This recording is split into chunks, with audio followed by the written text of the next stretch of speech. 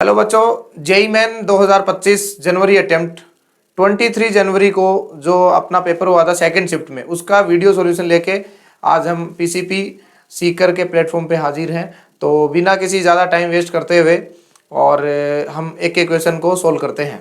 ठीक है, तो आपके सामने पहला क्वेश्चन डिस्प्ले हो रहा है और 1 से लेकर 25 तक सारे क्वेश्चन को हम डिटेल आंसर में सोल्व करेंगे। ठीक है, चलिए पहला क्वेश्चन पढ़ते हैं बच्चों। अब ध्यान देना, पहला question yes. Energy of a system is given. Energy of a system is given as this function. एक फंक्शन दिया हुआ है एनर्जी का, where T is the time, beta की वैल्यू दी हुई है, errors in the measurement of alpha और टी के अंदर एरर दिए हुए हैं। ठीक है, और आपके पास टी इक्वल टू 5 सेकंड पे maximum percentage error in energy पूछा है। तो आपके पास जो फंक्शन है वो किसका बच्चों? एनर्जी का है। तो याद रखना, जब भी आपके पास कोई फंक्शन आता है आपको सोल्व करने के लिए बताया गया होगा चीज़ों को कि कैसे इन चीज़ों को डील करते हैं। लेकिन हम ये मानते हुए थोड़ा सा थिकनेस बढ़ाते हैं पेन की। तो जब भी बच्चों एक्सपोनेंट फंक्शन दिखते हैं, पावर्स में दिखते हैं, तो आपके पास स्टैंडर्ड तरीका होता है, बाकी आप लॉग ले सकते हो। तो हमने लॉग ले लिया, तो ये हो गया ln e इक्वल टू, ये आ जाएगा बच्चों ln अल्फा की पावर 3 प्लस ln e की पावर माइनस बीटा टी। मैंने डायरेक्ट लॉग के फिर प्लस से सेपरेट कर दिया है। ठीक है, एक और अगर मैं इसको सिंप्लीफाई करूं तो ये मेरे पास आ जाएगा 3 ln अल्फा और फिर वहां से आ जाएगा माइनस बीटा टी और ये बचेगा ln e by E that is 1। अब मैं इसको डिफरेंशिएट कर दूं दोनों साइड, तो बच्चों ये तो आ गया मेरे पास डी ई बाई ई और वो आ जाएगा 3 और वो आ जाएगा डी अल्फा बाई अल्फा। और आपको मालूम हो तो एरर के अंदर मैक्सिमम एरर लेते हैं तो हम इसको प्लस ही लिखेंगे। ठीक है, और ये होगा बीटा क्योंकि कांस्टेंट है और वो हो गया डी टी। अब आप गौर से देखो तो आपके पास अल्फा में परसेंटेज दिया हुआ है, इसका मतलब है D alpha by alpha into 100 की वैल्यू दी हुई है आपको, दैट इज 1.2। ठीक है, और बच्चों आपके पास ये और दे रखे टाइम में, तो यानी D T by T into 100 की वैल्यू दी हुई है आपको, बोलो कितनी? 1.6। इन वैल्यू को यहाँ पे पुट करना है, तो इन वैल्यू को यहाँ पे पुट करना है तो जाहिर सी बात है मैं थोड़ा सा और क्या कर लेता हूँ, इसको चेंज कर लेता हूँ। ठीक है, ठीक है, तो अब ये क्या करते हैं बच्चों, ध्यान देना, इसको 100 से मल्टीप्लाई कर देते हैं तो ये आ जाएगा आपका पास डी ई बाई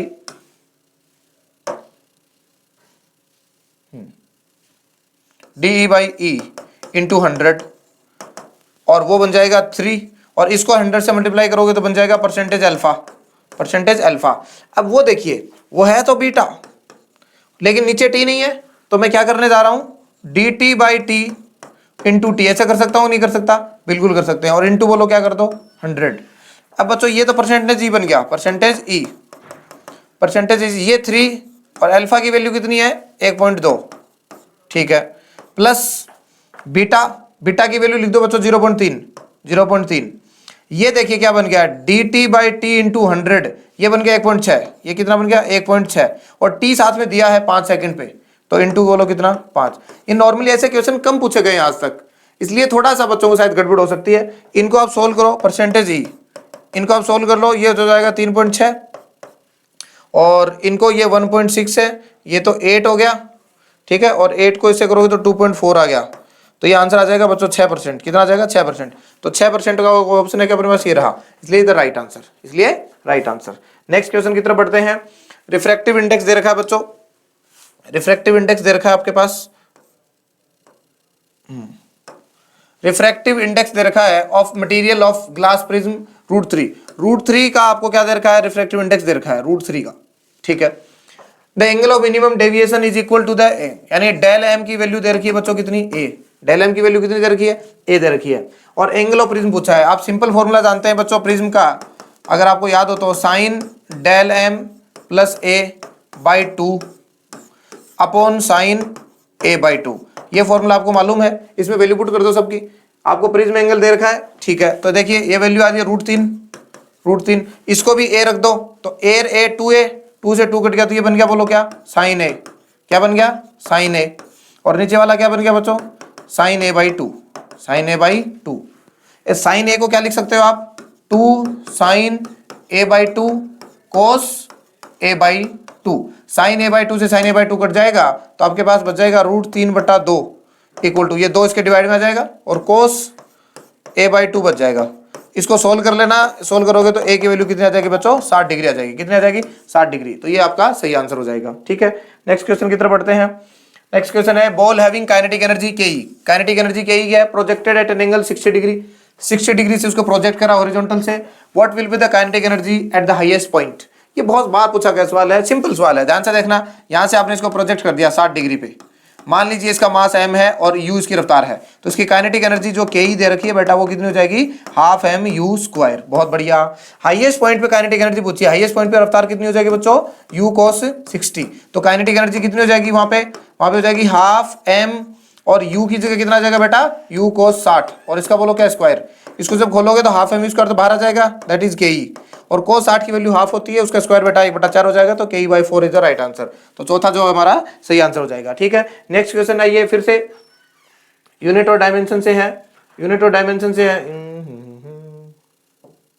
हाँ, तो आपसे पूछा है permeability, magnetic field, magnetic moment, torsional constant, इनकी आपको क्या पूछी हुई है, यूनिट पूछी हुई है। ठीक है, देखो आपके पास बहुत सारे तरीके होंगे, मैं इसको डायरेक्ट कैसे करने की कोशिश करता हूं, ध्यान से देखना। मुझे डी ऑप्शन दिख रहा है, देखिए डी ऑप्शन में 1 2 3 4, 1 2 3 4 है, डी को देख लो, डी कौन है, टॉरिशनल कांस्टेंट। टॉरिशनल कांस्टेंट होता है बच्चों टॉर्क बराबर सी थीटा, टॉर्क बराबर सी थीटा। अब थीटा की डायमेंशन नहीं होती है, तो इसका मतलब है इसकी जो डायमेंशन होती है ना सी, ये किसकी डायमेंशन होती है, टॉर्क की, और टॉर्क होता है m1l2 t-2, m1l2 t-2। बहुत बढ़िया। तो इसके मतलब ये हुआ, तो d जो है टॉरिशनल, इसकी जो वैल्यू आएगी वो कहाँ आ रही है, m1l2 t-2, मतलब पहली वाली आ रही है। पहली वाली कहाँ है बच्चे, ये रहा, इसका मतलब ये तीसरा है, तो तीसरा राइट आंसर। देखने की जरूरत ही नहीं है, डी एक जो है वो एक में ही है, इसलिए हम डायरेक्ट आंसर कर सकते हैं। ठीक है, बहुत बढ़िया। नेक्स्ट क्वेश्चन की तरफ बढ़ते हैं।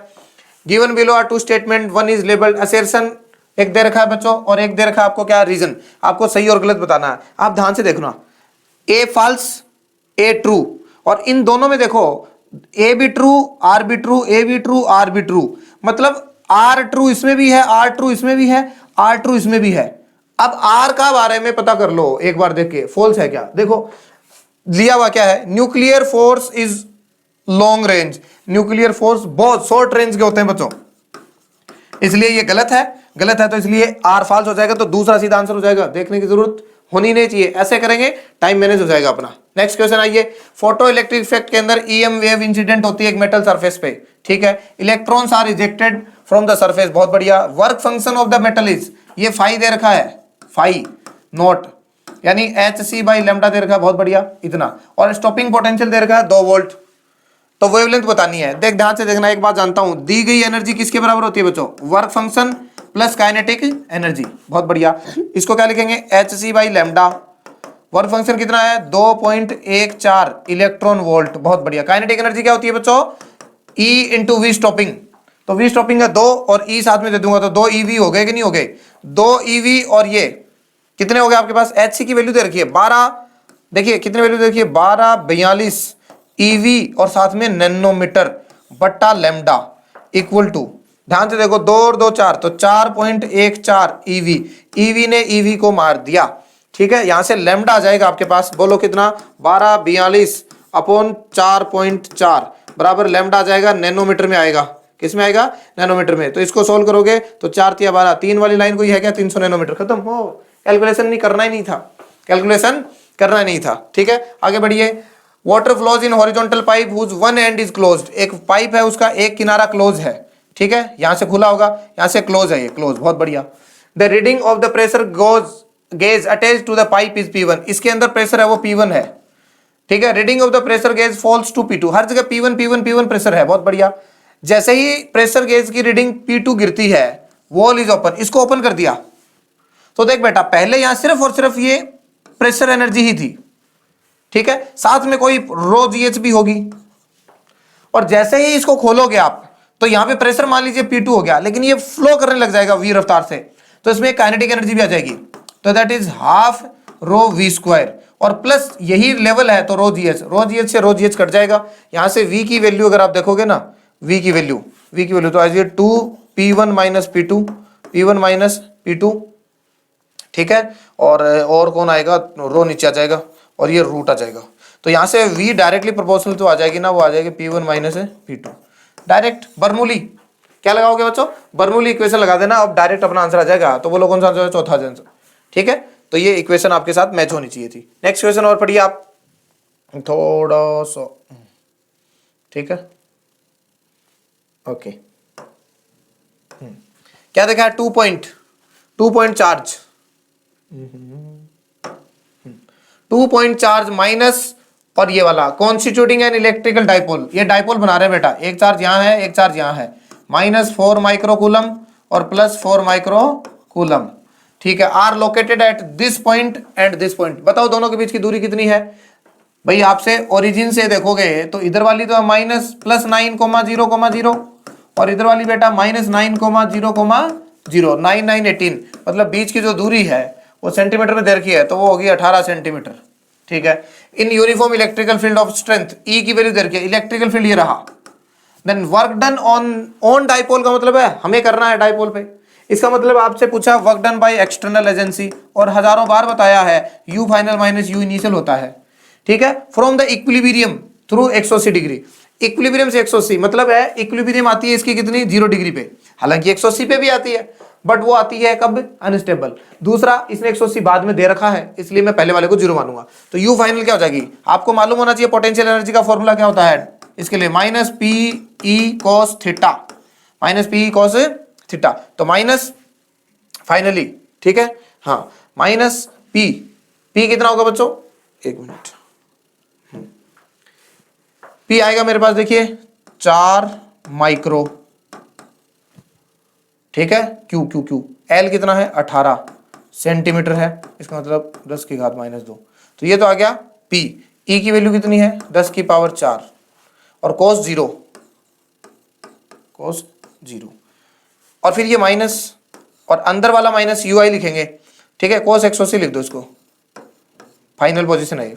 तो ये भी कितनी हो जाएगी बच्चों, 4 × 10 की पावर, एक मिनट, इतना लफड़ा करना ही नहीं है, डायरेक्ट यू फाइनल क्या हो जाए -PE और cos 180 और -PE cos 0।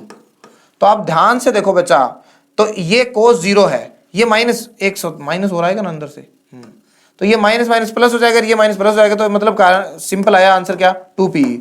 तो 2P कितना है, QL, Q 4 × 10 की पावर -6, L कितना है 18 सेंटीमीटर, ठीक है, और E कितना है 10 की पावर 4। अब इसको मल्टीप्लाई करते हैं, ठीक है, रुको एक मिनट, देखो 18 चौक 72, 72 दूनी 144, 144 वाली कोई रेंज आएगी तो इसका मतलब पहला आंसर हो जाएगा, इसका मतलब क्या हो जाएगा, पहला आंसर हो जाएगा। डायरेक्ट कैलकुलेशन पे अपने को ध्यान देना होता है, ऐसे वाले में देख लें एक भी ऑप्शन ऐसा नहीं दिया है, तो एग्जाम में इस मोड को भी आप समझने की कोशिश करेंगे, ऐसे सोल्व करेंगे तो बढ़िया रहेगा। अगर अगला सवाल है ग्रेविटी से, क्या दे रखा है, if a satellite orbiting in earth is 9 time closer to the earth than the moon, moon से 9 टाइम क्लोजर है, what is the time period of the rotation of satellite, given that rotational time period of moon is 27 दिन। आपको मालूम होगा T² directly proportional to R की power 3 होता है कि नहीं होता, हाँ तो ठीक है लिख दो, T1² बटा T2² बराबर R1² अपॉन R2², इसको सिंप्लीफाई कर दो, एक वाले को ऐसे लिख देता हूँ बेटा, T1 upon T2 equal to R1 upon R2 की पावर 3 बटा 2। टाइम पीरियड पूछा ना, बहुत बढ़िया, 9 टाइम क्लोजर, मतलब है एक सैटेलाइट है वो 9 टाइम क्लोजर है, 9 गुना पास है। तो मून के लिए बात करता हूं, 1 को मून लिखता हूं, मून का टाइम पीरियड 27 है, तो मून 9 गुना ज्यादा हो गया 9R अपॉन नीचे वाला R, और इसका T चाहिए तुझे T2, और ये पावर हो गया 3 बटा 2। देख R ने R को मार दिया, इसको लिखेंगे 3 का स्क्वायर, 3 का स्क्वायर लिखेंगे ना तो स्क्वायर से 2 कट जाएगा, तो ये लॉजिकली बच्चों 27 बचेगा, 27 बचेगा तो T2 की वैल्यू कितनी आ जाएगी, 1 आ जाएगी, 1 का मतलब 1 दिन, 1 का मतलब 1 दिन, 1 डेज नहीं 1 दिन। ठीक है, आगे बढ़ो, what is the current through the battery in the circuit shown, बहुत सिंपल है, देख दोनों डायोड फॉरवर्ड बाइस में है, किस में है, फॉरवर्ड बाइस में है, फॉरवर्ड बाइस में है, इसका मतलब 10 20 और 20 पैरेलल में हो गए तो इनका कॉम्बिनेशन आ जाएगा 10, तो करंट कितनी आ जाएगी बच्चों 5, यानी ये लो, तो यानी V/R इक्विवेलेंट आ जाएगी, तो 1.5 आ जाएगी, 0.5, बहुत सिंपल है, ऐसा सिंपल क्वेश्चन बहुत रेयर पूछा जाता है, लेकिन फिर भी।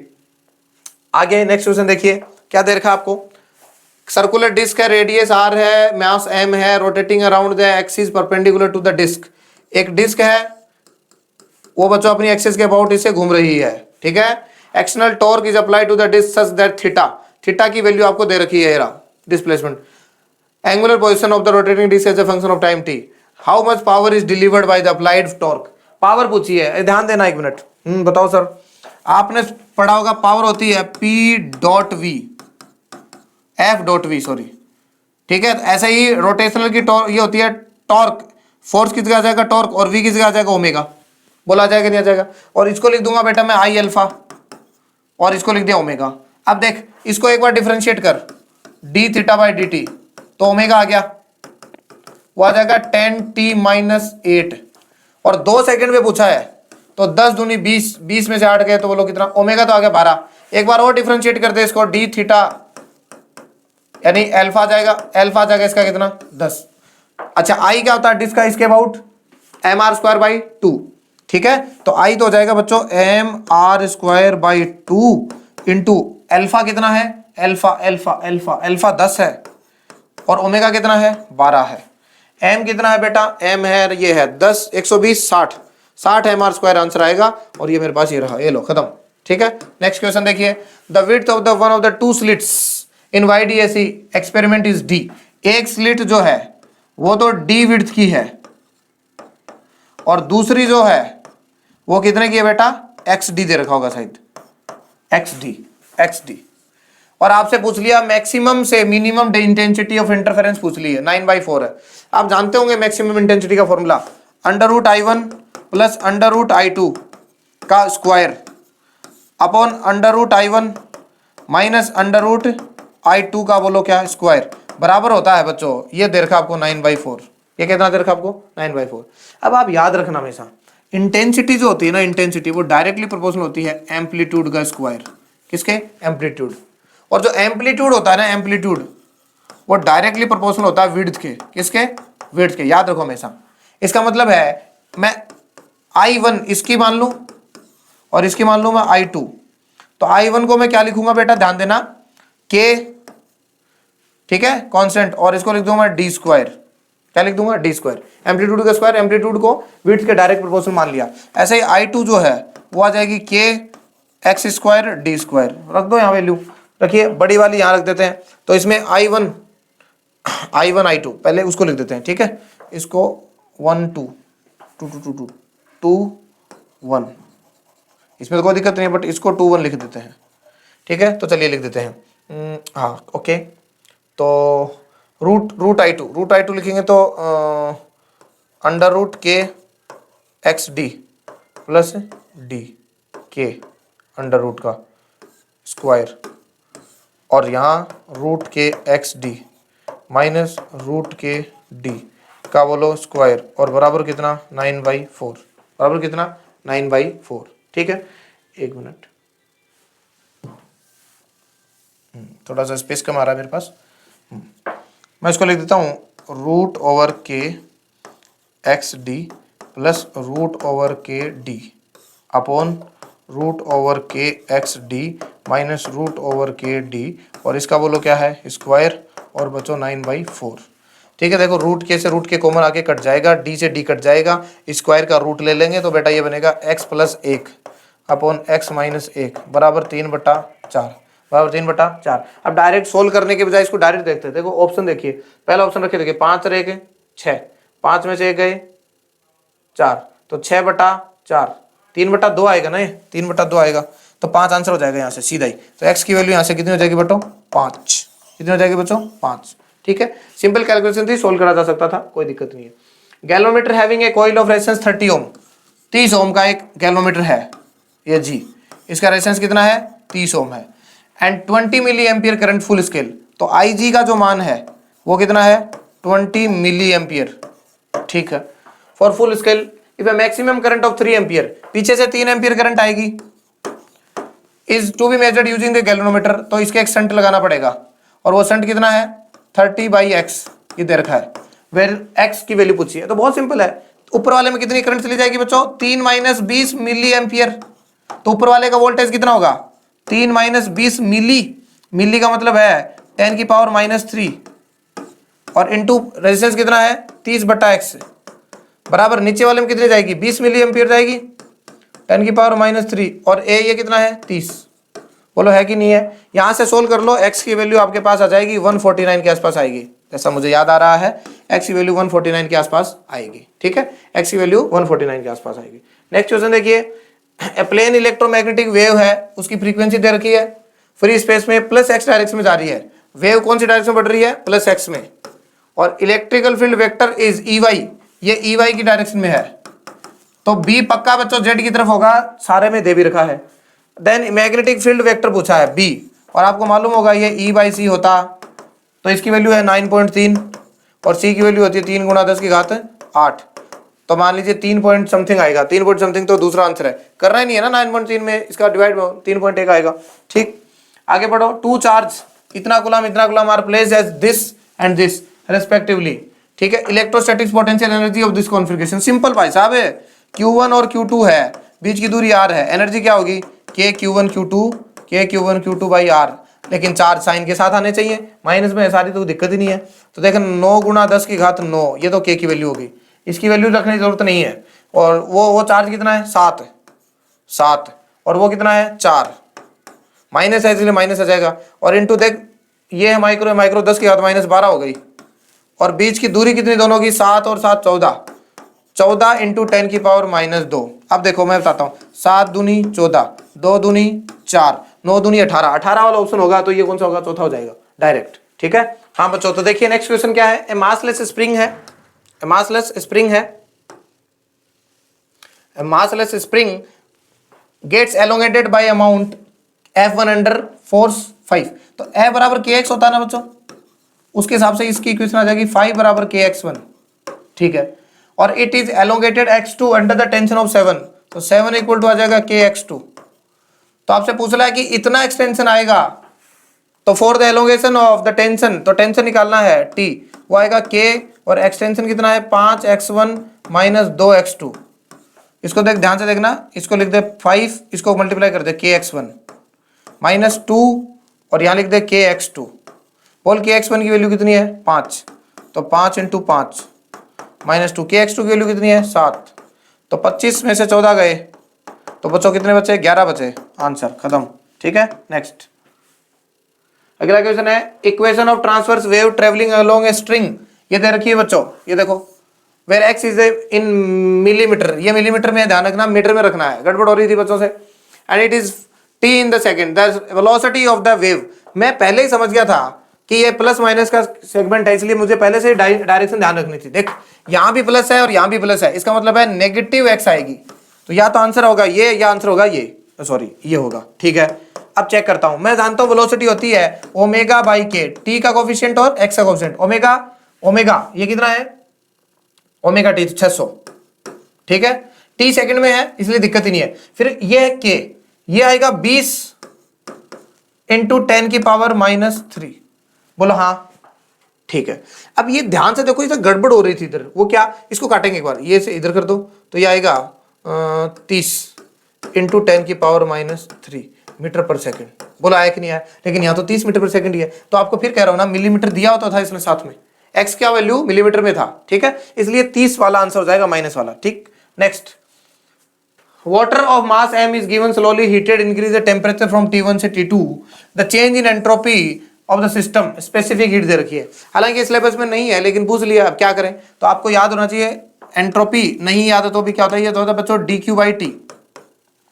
तो हम जानते हैं dQ क्या होता है ms∆T, क्या होता है ms∆T, बोलो होता है कि नहीं होता। तो इसको S बनाने के लिए मैं इसे क्या कर दूंगा dQ/T, दैट इज बच्चों ms dt/T, इंटीग्रेट कर दो टेम्परेचर T1 से T2 तक, तो यहां से आपके पास आ जाएगा m, s की वैल्यू 1 दे रखी है, s की वैल्यू 1 दे रखी है, तो यह आ जाएगा ln T2/T1, तो दूसरा आंसर हो जाएगा। ठीक है, नेक्स्ट क्वेश्चन दिया आपके पास थर्मोडायनेमिक्स से, फिर से क्वेश्चन दिया हुआ है, using the PV graph work done by ideal gas along the path ABCD, यहां से बचा, यहां से लेके यूं यूं यूं। तो आपको कई बार कहा है कि जब छोटी छोटी प्रोसेस है तो सबका कार्य निकाल के जोड़ दो। ठीक है, अब बता दीजिए C से D जो है, C से D ऐसे जा रहा ग्राफ, C से D, तो C से D का जो वर्क डन है वो आएगा बेटा, देख ध्यान से देखना, ये 2P0 और इनका डिफरेंस कितना है 2V0, लेकिन ये घट रहा है इसलिए माइनस में आएगा 4P0 V0। कैसे आ रहा है ये माइनस में 2p0 इंटू 2v0। अच्छा, इसका कार्य कितना होगा 0, क्योंकि ये वर्टिकल लाइन है। और ये वाली का देख WAB का अगर ध्यान से देखो तो बढ़ेगा, पॉजिटिव आएगा। ये गैप है v0 और ये भी p0, तो हो जाएगा p0 और v0, इन दोनों को ऐड करो, माइनस का 3 आएगा, तो -3p0 v0 is the right answer. ठीक है, नेक्स्ट क्वेश्चन है concave mirror of focal length f in air is dipped. जैसे ही मैंने कहा कॉनकेव मिरर पानी में डाला, बिल्कुल कभी चेंज ही नहीं होती है, does not depend on the medium, direct. Next आता है एयर बबल ऑफ रेडियस इतना mm is observed at a depth of 20 centimetre below the free surface of a liquid having surface tension इतना। देखो ये कोई लिक्विड का depth दी है, कितना दी है बच्चों 20 सेंटीमीटर। 20 सेंटीमीटर नीचे एक बबल है, उसके अंदर प्रेशर है PI, ठीक है, और उसके बाहर प्रेशर क्या है, देखिए यहां प्रेशर तो P0 है, H हाइट के बाद में यहां पे प्रेशर होगा ρGH। तो एक्सेस प्रेशर का फॉर्मूला आप जानते हैं, डेल्टा P एक्सेस क्या होता है 2T/R और 4T/R दोनों ही होते हैं, लेकिन ये पानी में है इसलिए 2T/R आएगा, 2T/R। P इन माइनस P आउट कौन कौन है, P प्लस ρGH और बराबर 2T/R।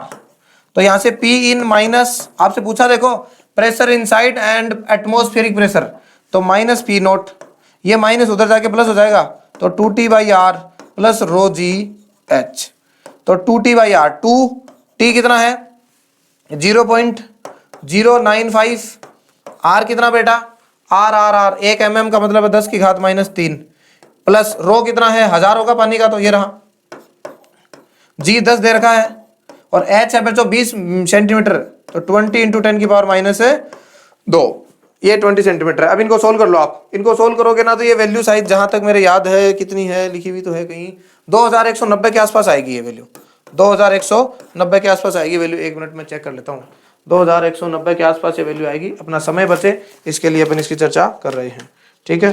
तो हाँ 2190 वैल्यू आएगी बेटा इसकी, ठीक, क्लियर है, ठीक है, 2190 is the right answer. Next देखिए, satellite of mass m/2 is revolving around earth in a circular orbit of height. तो देखिए ये अर्थ है m की, इसके यहां से r/3 दूरी पर एक सैटेलाइट घूम रहा है ऐसे, ठीक है, और इसका मास है m/2। From the earth surface the angular momentum of the satellite, angular momentum simple mvr, m तो उसका कितना बेटा m/2, उसका m/2 है। वेलोसिटी का फॉर्मूला आप जानते हो, gm और प्लेनेट अपॉन ऑर्बिटल की रेडियस, तो ये रेडियस यहां से लेके यहां तक कितनी हो जाएगी r + r/3 हो जाएगी, तो ये हो जाएगी 4r इंटू 3, ठीक है, और इंटू रेडियस, रेडियस कितनी है बेटा ध्यान से देख, अभी बोला है 4r/3। अब इस फॉर्मेट में डालने के लिए बाहर m होना चाहिए, बाकी सबको अंदर ले जाओ, तो m अंदर ले जाओ सबको, अभी ले गए gm, ये 3 है साथ में और नीचे 4r है, ये 2 अंदर जाएगा तो 4 बन जाएगा, वो 4r अंदर आएगा तो बेटा तू ध्यान से देखना 4r इंटू 4r हो जाएगा, और वो 3 अंदर आएगा तो 3 इंटू 3 हो जाएगा, हो जाएगा कि नहीं हो जाएगा। देख 4r ने 4r को मार दिया, इस 4 ने 4 को मार दिया, इस 3 ने 3 को मार दिया, बचा हुआ gmr/3 बचा, gmr/3 का मतलब है x का मान कितना आ गया बेटा 3। ये क्वेश्चन शायद मुझे ऐसा लगता है कि ज्यादा अगर दिमाग लगाए एडवांस में अगर ये हो तो परपेचुअल स्टेट में सब बच्चे ये करके आएंगे। दूसरा कारण ये कि इसका मास और प्लेनेट का मास बहुत कंपैरेटिवली सेम सा है, ज्यादा अंतर नहीं है, इसलिए डबल स्टार प्रॉब्लम की तरह भी ये सोल्व करा जा सकता था। उसके हिसाब से इसका आंसर है लगभग 10 के आसपास आता है, x का वैल्यू एक 10 भी हो सकता है इसमें, वो कैसे डबल स्टार प्रॉब्लम से, लेकिन अमूमन लेवल को देखते हुए हम इसी को कंसीडर कर रहे हैं। बाकी जेईई मेन 10 भी मान लेगा तो अपने उसमें कोई घाटा नहीं है, अब वैसे भी इसे कर सकते हैं, ठीक है, बट ये स्टेट रहेगी बार बार, आप इसके लिए दिख नहीं रहा क्या आपको, ठीक। चलिए नेक्स्ट, स्टेडी स्टेट में चार्ज चाहिए कैपेसिटर पे। स्टेडी स्टेट में का मतलब है इसमें कोई करंट नहीं जाएगी, तो करंट ऐसे जाएगी यूं, बस यूं करंट जाएगी। तो बताइए करंट कितनी आएगी, करंट आएगी 5 वोल्ट है और 10 5 15 25, तो बचाओ कितना होगा 1/5, 1/5 करंट जाएगी इसके अंदर, 1/5 करंट जाएगी। आपको चाहिए क्यू होता है बच्चों CV, तो C कितना है 8 माइक्रोफैरड है, माइक्रो का मतलब 10 की पावर -6, ठीक है। और यहां पे इन दोनों की जो पोटेंशियल डिफरेंस चाहिए इन दोनों के पोटेंशियल डिफरेंस होगा आई आर। क्या होगा? I R. तो आई कितना है? आई तो 1/5 है और आर कितना है? 10। तो 5 2 10, तो यानी 16 आंसर आएगा। 16 इंटू 10⁻⁻6 कूलम आएगा। आपको माइक्रो में चाहिए था, 16 आंसर हो जाएगा बच्चों। ठीक है, चलिए लास्ट क्वेश्चन से पहले एक एलसीआर सर्किट है, रजिस्टर दे रखा है, कैपेसिटर दे रखा है, इंडक्टर दे रखा है। फॉर मैक्सिमम करंट, ये देख मैक्सिमम करंट का मतलब है रेजोनेंस। मैक्सिमम करंट का मतलब रेजोनेंस, और रेजोनेंस का मतलब क्या बच्चों? एक्सएल बराबर एक्ससी। मैक्सिमम करंट में एंगुलर फ्रीक्वेंसी का फॉर्मूला आप जानते हो, ओमेगा क्या होती है? 1/√LC। 1/√LC, 1/√। एल की वैल्यू कितनी है बच्चों? 100 मिली हेनरी, तो 100 मिली। सी की वैल्यू कितनी है? 25 नैनो। 10⁻⁻9। देख 25 का रूट बाहर कितना आएगा? 5, उसका 10, 100 का 10 आएगा, 25 का 5 आएगा। ये हो गई 9 और 3 12, 12 का रूट आएगा 6, ऊपर जाके प्लस का बन जाएगा 6। ठीक है, ये इसको एक बार काट देगा तो 5 बन जाएगा। 5 बन जाएगा तो देख 10⁻4, 4 के रूप में आंसर चाहिए, इंटू 10 और 5, 5 2 10, तो 2 आंसर आ जाएगा इसके अंदर। कितना आ जाएगा? 2 आंसर आएगा। बहुत सिंपल क्वेश्चन दे रखे थे, बहुत ज्यादा सिंपल क्वेश्चन थे, घबराने की जरूरत कहीं नहीं थी। लास्ट क्वेश्चन देखिए, time varying potential difference apply कर दिया है between the plate of a parallel plate capacitor of capacitance. C दे दी भैया, सी दे दी। The dielectric constant of the medium between the capacitor is 1। कोई जरूरत ही नहीं है, के की वैल्यू 1 दे दी, बहुत बढ़िया, कोई फर्क ही नहीं पड़ेगा। It produce an instantaneous displacement current. Displacement current दे दी बच्चों, आई डी दे दी, वो दे दी 0.25 मिली एम्पियर। और याद रखना डिस्प्लेसमेंट करंट बच्चों कंडक्शन करंट के बराबर होती है, चालन धारा विस्थापन धारा के बराबर होती है। लास्ट टाइम पढ़ाया गया था चैप्टर, सबको याद होगा, हमने ये बोला था बार बार, और ऐसा सवाल करवाया भी है, 3 ही सवाल करवाए जाते हैं डिस्प्लेसमेंट करंट में, उसमें एक ही रहता है। ठीक है, उसमें उल्टा पूछा हुआ है, ये सोच लो। At the intervening space between the capacitor, magnitude of the rate of change of potential difference, मतलब पोटेंशियल डिफरेंस की रेट पूछी है, dV/dt पूछा है। मैं जानता हूं बेटा Q बराबर CV होता है। देखिए ये कैपेसिटर है और यहां पर एक ऐसा कुछ ये C है और ये वेरिएशन वाला लगा दिया हमने, तो किसी टाइम पर Q बराबर CV होगा, इसको dQ/dt कर दो। dQ/dt करोगे तो C तो कांस्टेंट है, ये आ गया dV/dt। अरे यार यही तो ID होती है ना, ना ना ना IC होती है, दोनों बराबर होती है। ठीक है, तो चलिए ये आगे करंट बराबर C dV/dt, तो करंट की वैल्यू कितनी दी है? 0.25 मिली इक्वल टू C की वैल्यू कितनी दी है? 2.5 माइक्रो 10⁻⁻6 और dV/dt। अब यहाँ से सोल्व कर लो, यहाँ से सोल्व करोगे तो इसके आंसर मैं आपको बता देता हूँ, सोल्व किया हुआ ही होगा अपना। ठीक है, सोल्व करने के बाद में इसका आंसर 100 आएगा। कितना आएगा इसका आंसर? 100 आएगा। यहाँ से सोल्व कर लेना बेटा, dV/dt की वैल्यू कितनी आएगी?